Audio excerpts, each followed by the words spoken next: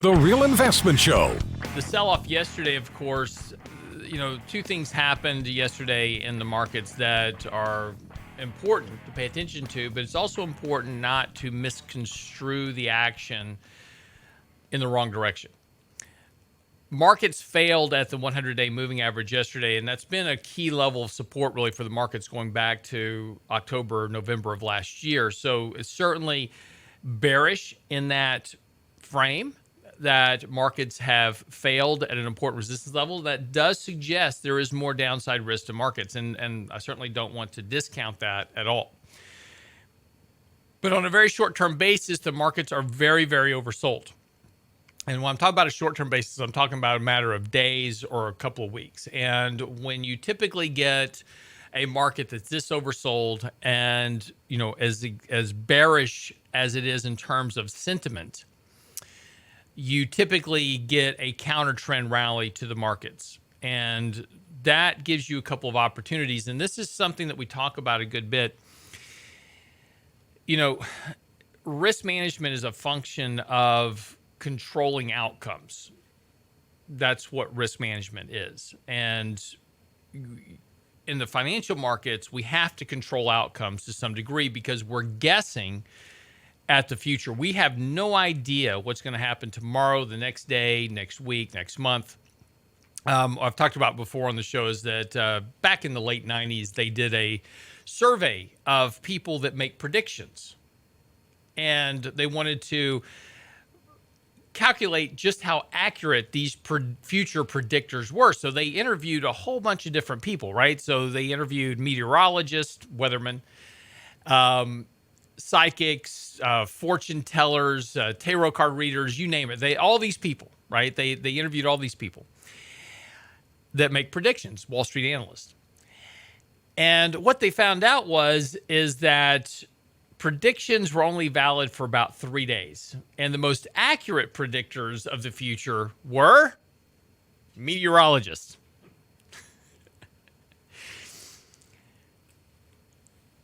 And you complain about them never being right. So just saying.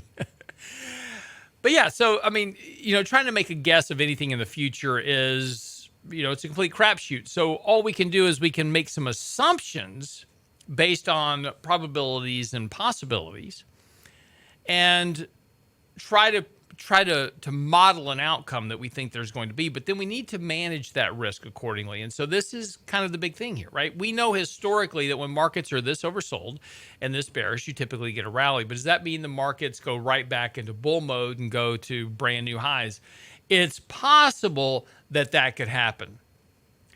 There is a very high probability right now because of the structural damage to the markets, both internally and price-wise. So we take a look at a lot of market internals. There's been very negative breadth, et cetera, that we have likely seen the highs for the markets for this year. So for the next 3 months, we probably will not see a new high in 3 months. Now, that could be entirely wrong. We could rally right back, have a 7, 8, 9, 10% rally in the markets and be right back to new highs by the end of the year. That could certainly happen.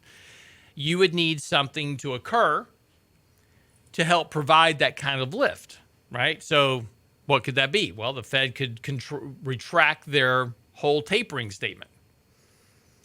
We're not going to taper. We're going to keep it going. We could have all of a sudden Democrats and Republicans fall in line with each other and they pass a, $8 trillion spending bill and we're going to start sending checks back to households, right? Things can happen. I'm not saying they will. I'm just saying they can. They can certainly change the attitudes of the markets, but there are some headwinds in the markets, as we were talking about just a moment ago, that, are certainly weighing on the economy short term. Economic growth is slowing and is slowing rapidly. Not surprising. It's doing exactly what we expected it would. It's just going back to its normal long-term growth trend. That's all that's happening here. We have a lot of supply chain disruptions, et cetera, that are building up in the markets. That's increasing price pressures on consumers. That's crimping their spending. That's going to further impact and slow economic growth. And even though we forget this from time to time, earnings of companies come from the economy. They don't just magically appear out of thin air. So earnings long term cannot grow faster than the economy because that's where they come from. So if economic growth is now slowing rapidly back down to 2%, these extremely elevated expectations for earnings growth over the next year are going to have to contract. And that's going to make valuations more difficult for stocks at this point. Because this year, the rally in the market has been based on expectations of this spectacular earnings growth, which may not manifest itself. So these are things to be paying attention to. And this is why we're kind of talking about this in the article today on the website. There are certainly things in the short term. So here's some good bullish news for you. In the short term, there's some things that are happening in the markets which are encouraging. First of all, the sell-off yesterday occurred on lighter volume. And in fact, there was a good bit of buying underneath the surface yesterday. So even though the markets were down yesterday, after they bottomed early in the morning, they kind of flatlined and rose mildly during the day. Didn't make a big recovery, but made a bit of a recovery off the lows.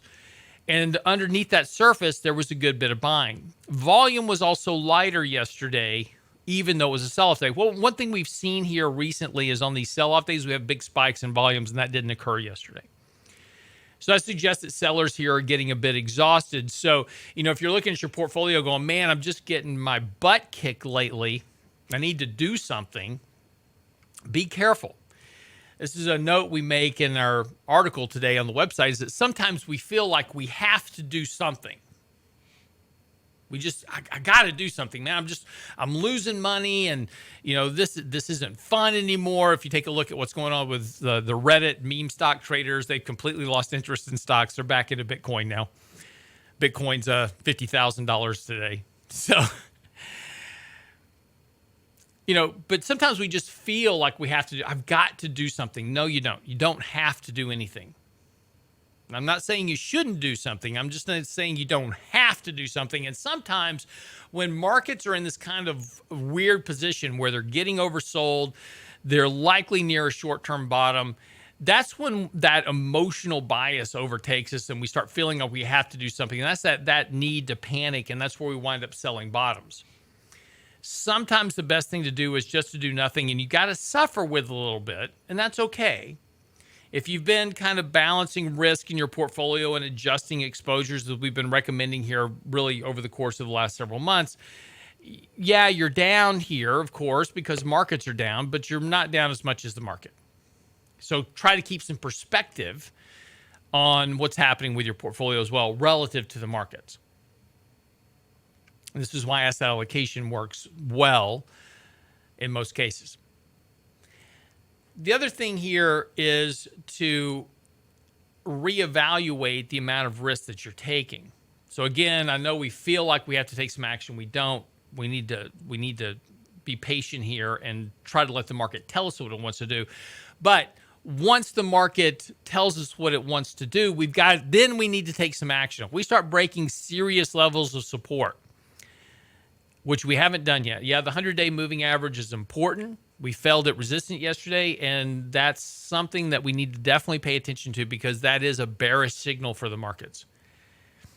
There's some important support going back to the July lows right where we are currently, and we bounced off that a little bit yesterday. So we have some support right below where stocks are. If we break that, we got a different conversation here, but that will be the market telling us that it wants to go lower. At that point, we need to reduce risk.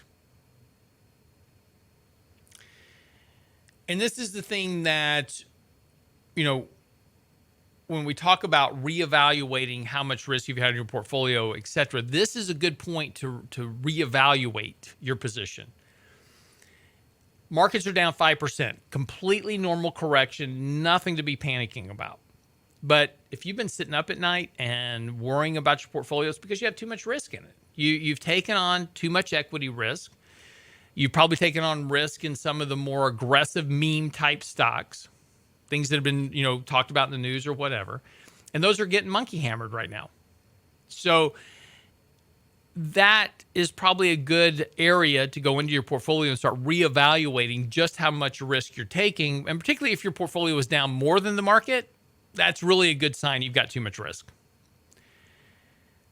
So whatever rally we get back to some level of former resistance, or if we break support here, we've got to start making some changes, and you need to be prepared to take some action and do so. And this is the key. I mean, and again, as we go through the article, look, there's some bullish things coming up for the end of the year. We've got the seasonally strong period of the year. About 78% of the time, markets are positive in the last 3 months of the year. Doesn't mean we can't have some more beatings before morale improves, right? So we've certainly got that capability here in the market short term, that the markets could beat you a bit more. And that's the way markets work. Markets tend to drive the most people to make the wrong decision at the wrong time. So it's important to remain focused on possibilities versus probabilities. Now, does 78% of the time the market's positive in the last 3 months of the year? That still leaves, 22% of the time it's not, right? So there's a chance that markets don't rally into the end of the year. It's a possibility. And we want to provide that bit of risk analysis to portfolios. And so in the article at the bottom, we actually post our 15 money management rules that we use in our own shop for our own clients. And we provide those for you to try to give you a kind of a framework to work with in managing your own money. So it's also on the website now, realinvestmentadvice.com. That's realinvestmentadvice.com. Be right back after the break. Don't go away.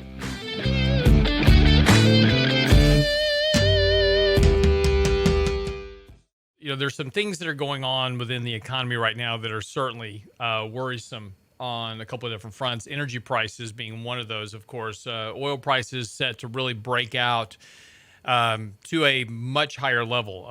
There's some expectations we're going to have an exceptionally cold winter. I caution you with those expectations. Let's go back to our, analysis a few minutes ago of the best forecasters on the planet, which are meteorologists, and they're accurate for 3 days, not 3 months.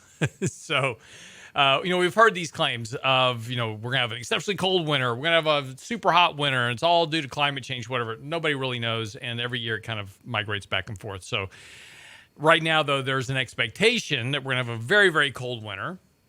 And that's going to lead to a surge in oil and natural gas prices that are going to be between $90 and $100 a barrel for oil. That's obviously an inflationary input into the economy where there's already a good bit of inflation. This is going to put the Fed into a much tighter position on monetary policy in terms of having to reduce liquidity to markets, as well as potentially start talking about hiking rates, particularly if these supply chain disruptions, et cetera, do not start resolving themselves sometime soon. It's interesting right now, if you take a look at, for instance, like the Institute of Supply Management, their index. One of the things, and it's interesting because we studied about this when I was in college, back in the 80s, just to tell you how old I am. But back then, in my economics class, one of the kind of the new trending things for the economy was this adoption of the Japanese style of inventory management. And this was a point in time where companies were really coming around this idea of what they call just-in-time inventory management. And of course, with the advent of FedEx and UPS and overnight delivery and getting where we could get, goods and services delivered within 4 days or 5 days. And then it's gotten down to 3 days and now 2 days, now overnight. And pretty soon with Amazon, you'll just think about it and it'll show up on your doorstep. They're already listening to you anyway. So, there was no need to store a lot of inventory because I could manufacture just what my orders were. I could wait for the order to come in, manufacture it, ship it out, and have it to the consumer when they wanted it. And that's all fine and dandy, which means I didn't have to tie up a bunch of capital into inventory, waiting to sell it. So that made companies much more profitable, which made them more efficient, lean. This was great. The problem with just-in-time inventory management is that there's ever a crimp in delivery or supply, you're kind of in a box because you don't have any inventory. And that's what happened. When we shut down the economy and we decimated these supply chains, all of a sudden there was no inventory because nobody was stocking excess inventory to sell. Sent prices skyrocketing. Couldn't get anything. We ordered computers for our office. So, it's just that time, that we needed to replace the computers in our office. We ordered computers back in April. They're supposed to show up this month. We'll see. But that's just kind of what's going on.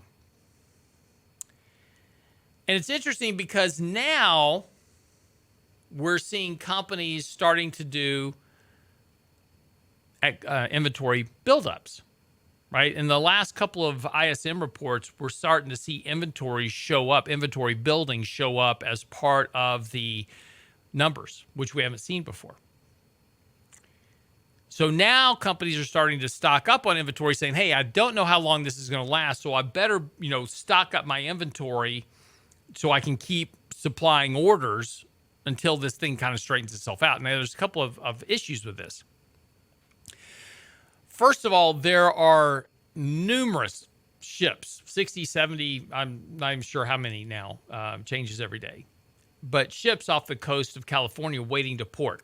It's taking up to 10 days to get a ship docked and get their inventory off the ship and into the port. And then you've got to ship those goods across the country. In Texas, they are paying truck drivers up to $14,000 a week to deliver goods. If you can't do math, that's 60 grand a month, about 650 grand a year. So, might not be a bad time to go get your CDL. Start becoming a truck driver. Now, that's not going to last forever, right? A couple of things are going to happen here. First of all, at some point, you're going to resolve the supply chain issue, and that will go away. Now the problem becomes is that you've already got to build up an inventory. Now you've got a whole bunch of inventory coming in, and that inventory problem that you had, being too lean on inventory, now becomes an inventory glut. And look, when you're paying truck drivers 14 grand a week, or whatever the number is that they're getting paid, you're going to start attracting a lot of people going, I'm going to stop being an Uber driver. I'm going to go be a truck driver. I'm still driving. I get paid a lot more to drive trucks. So you're going to attract a lot of people to come be truck drivers. Then you're going to wind up with a glut of truck drivers. But this is just the way the pendulum swings. We always do this. And, this is the problem with just-in-time inventory management, is that one little hiccup creates a massive debacle through the entire economy. And now that pendulum has swung all the way in the other direction. So now it's got to swing back. And we're going to go from being too lean on inventory to too glutted on inventory. And then that's going to lead to deflationary pressures in the economy.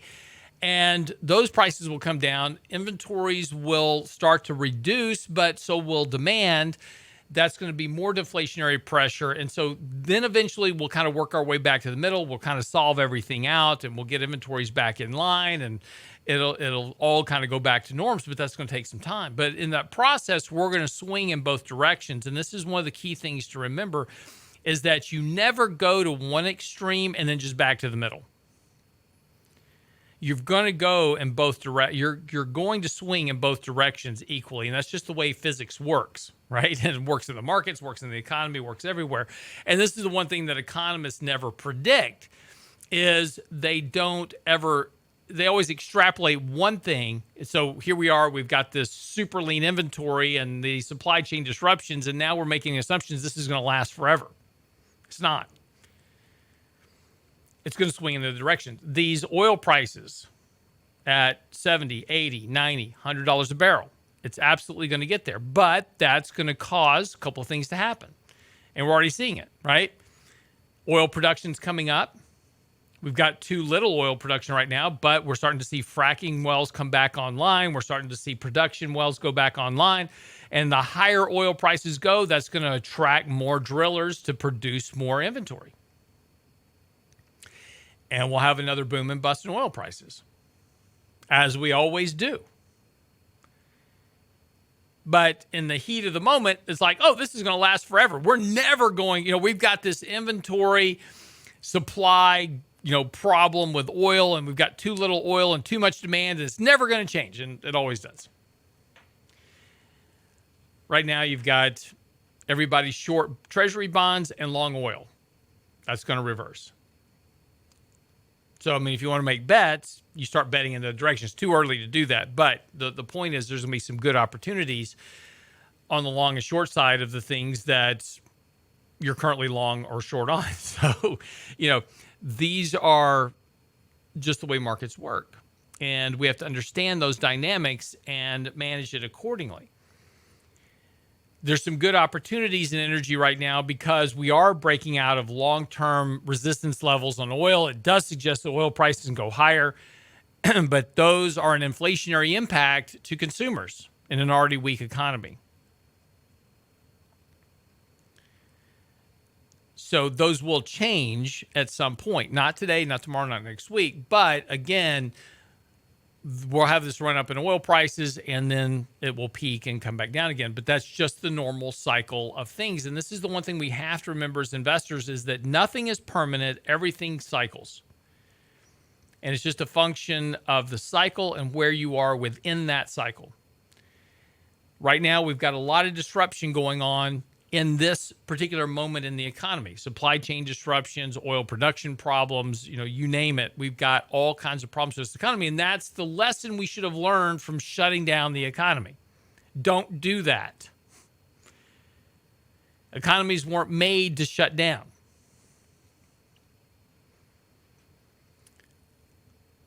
We've got problems, that are occurring on the earnings front with companies, and that's going to be, problematic going forward. Inventories, prices, inflation, all that's going to impact earnings.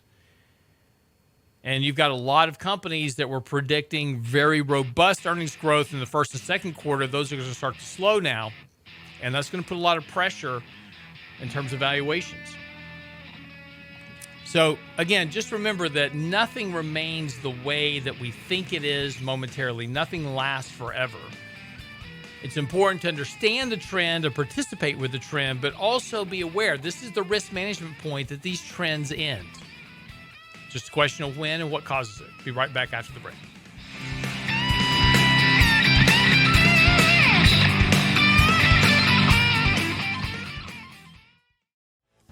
On the website is our Technically Speaking post today, going through kind of our view on the markets here currently. As I talked about earlier, the sell-off certainly, upsetting. People weren't really expecting a 5% sell-off. Volatility has been very suppressed this year. This is things that we had warned about back in July and August, almost ad nauseum here on the show. It's like, hey, be careful. We're going to have a correction here. Manage some risk, reduce your risk accordingly. Nobody listened, but now that we're there, all of a sudden people are going, wow, this 5% is terrible. It's, we're in a bear market. No, we're not. It's a 5% correction, completely normal. So just, kind of keep things in perspective is very important in terms of managing your money. And this is why, as I was saying earlier, sometimes we feel like we have to do something, but you don't. And sometimes you just need to wait and let the markets go through whatever it's going through. Let it throw its little tantrum. It's kind of like raising kids. Sometimes you just got to set them in the corner and let them scream it out for a bit, and then they're over it, right? And it's kind of the same thing with the markets. They've got to go through this adjustment every now and then. Sometimes you just got to let them do it, and then you can figure out what to do next. But this is a good time, as I said earlier, to start to reevaluate the risk in your portfolio. If you don't like the decline that we've been in, then you've got too much risk. It's that simple. It's not anything magical. I'm writing an article coming up in the next couple of weeks talking about, managing risk in a portfolio and how to do it. But it's something that we touched on a bit yesterday in our post on the website as well, talking about, is the best way to manage money really the best way to manage money? And this is one of the interesting facets of the markets, is that advisors will tell you, is like, and there's plenty of articles written about this, that, well, evidence-based investing shows that you should just buy and hold a basket of index funds and invest long term. The problem is that that's fine. There's nothing wrong with it. And buying and holding certainly works in a rising bull market. They don't work so well during corrections. And the key factor that these advisors that kind of do this armchair investing, right? Oh, here, come here and pay me a fee to put you in a basket of index funds and we'll just buy and hold them, is that it doesn't account for the losses in the portfolio over time that detract you away from getting to your goal. And this is the problem we have between the planning aspect of your financial goals and the attainment of those financial goals. When we plan for those goals, we assume that we're going to have some average annual rate of return, 6%, 7%, 8%, 10%, whatever number you want, right? I've got 100 grand in the bank. I want to retire with 2 million in the bank in 10 years. So I'm going to need X rate of return every year for the next 10 years to get there. Sounds great. Problem is markets don't work that way. And what we went through yesterday is showing the differentials between a couple of things. One thing is that modern portfolio theory is the basis behind the entire buy and hold strategy. Buy a basket of index funds that are broadly diversified. So you buy international, emerging markets, small cap, mid cap, large cap, etc. Back in the late 70s, when modern portfolio theory really came around, markets were not correlated like they are today. The theory behind modern portfolio theory is that over time, you're going to have the international markets will go up if the U.S. markets go down and vice versa. And so they'll kind of balance each other out, reduces your risk. And that was true in the 80s and really kind of part of the 90s. But as we got more, I like the new term everybody's throwing around now, democratized. In other words, everybody's getting access to the same information. Well, once everybody started getting access to the same information and was getting that information at the speed of light now, instead of having to wait a couple of days to get it. Like back in the day, you had to wait for it to hit the newspaper and for the newspaper to get to your office and you actually read it. Now it's all over the internet, 24 hours a day, every second of the day, and everybody's got access to the same information at the same time. And what that's led to, of course, is now this highly correlated set of markets. So if international markets, and this is the interesting thing, we're up in the United States. So markets have a good day in the United States. So China and international markets are up overnight because the United States was up. And since they were up overnight, we're up the next day because international markets were up and vice versa. So it's this loop of just money chasing money all around the globe. And this has led to these highly correlated markets. And so modern portfolio theory doesn't work like it used to because now when things go down, they all go down at the same time. And they all go up at the same time. And this has led to lackluster returns. The other problem with the whole buy and hold analysis is the down years. And this is what nobody tells you. So going back to your financial plan, you're supposed to be making 6% a year. Well, let's make numbers easy. I'm supposed to make 10% a year. So I make 10% a year the first year. I make 10% a year the second year. I'm doing great, right? Got my 10% annualized rates of return. Third year, I make 10%. Fourth year, I just lose 10%. Market's down 10% in year 4. Now, when that happens, my average rate of return, 10, 10, 10, and negative 10, if I average that, my average rate of return is now 5. I just cut my average rate of return from 10% that I was supposed to be getting to 5. And here's the other problem, is that I was supposed to make 10% in the 4th year, and I actually lost 10%. So now to get back on track to have my 10% annualized rate of return, it's not 10% to get back the next year. It's not 20% to get back the next year. It's 30%. Because that's the way averages work. And every year that I underperform that benchmark of 10% a year that I'm supposed to be getting, the further behind the curve I get. And you get to the point where you can't play catch up. And this is what happens to pension funds. that bank on 7% annualized rates of return and why they're under, like municipal pension funds, why they're all underfunded. But this is also why a lot of people fall well short of their financial goals, because they take on too much risk, they lose too much money, and then they're behind this curve. Yes, you may get back to even, and you will get back to even. If you lose, back in 2008, if you lost 50% of your money, it took you about 6-7 years, but you finally got back to even. That's great. You got your money back. That's not the same thing as making money.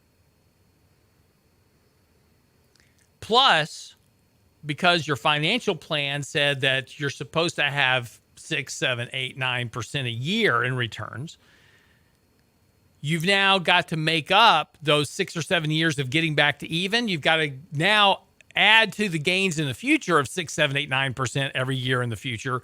Plus, you've got to make up for all that 7 years that you didn't get returns. Such is why when we take a look at wealth distributions and those type of things, so many Americans are so far behind their goals.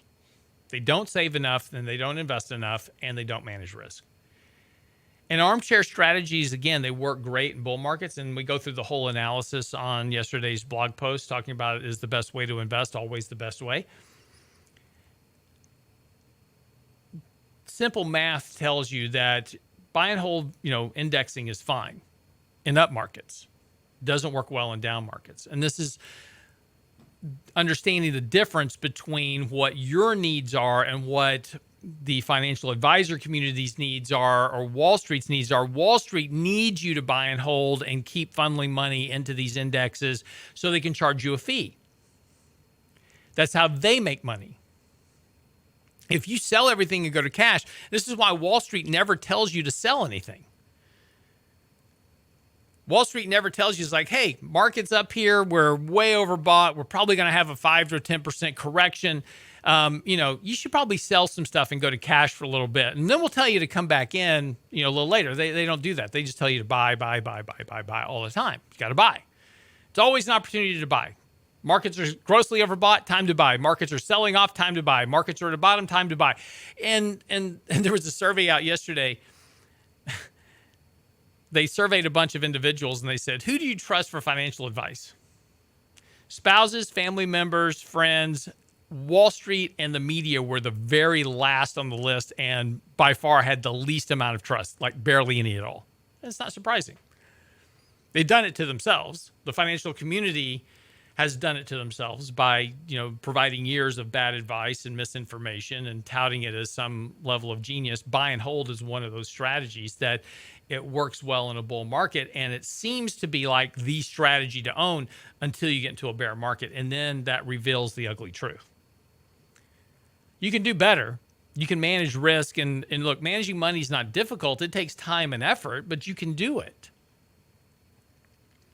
But you got to have a discipline, a set of rules, a strategy, whatever it is. You've got to have some formation that you work on to manage your money, to take on risk accordingly, and to reduce risk.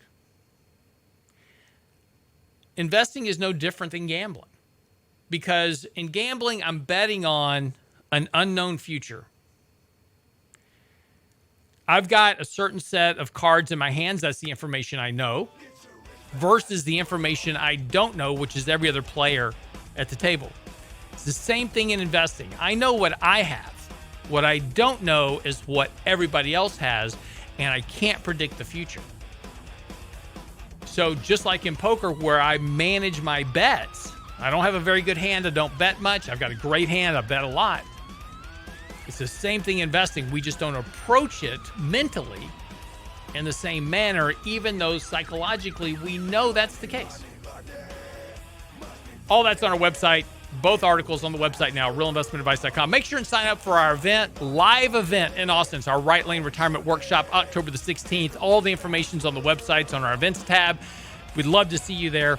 Of course, if you have any questions or comments, send us your emails as well. All at the website, realinvestmentadvice.com. Have a great day. See you back here tomorrow. It's a rich man's world. It's a rich man's world.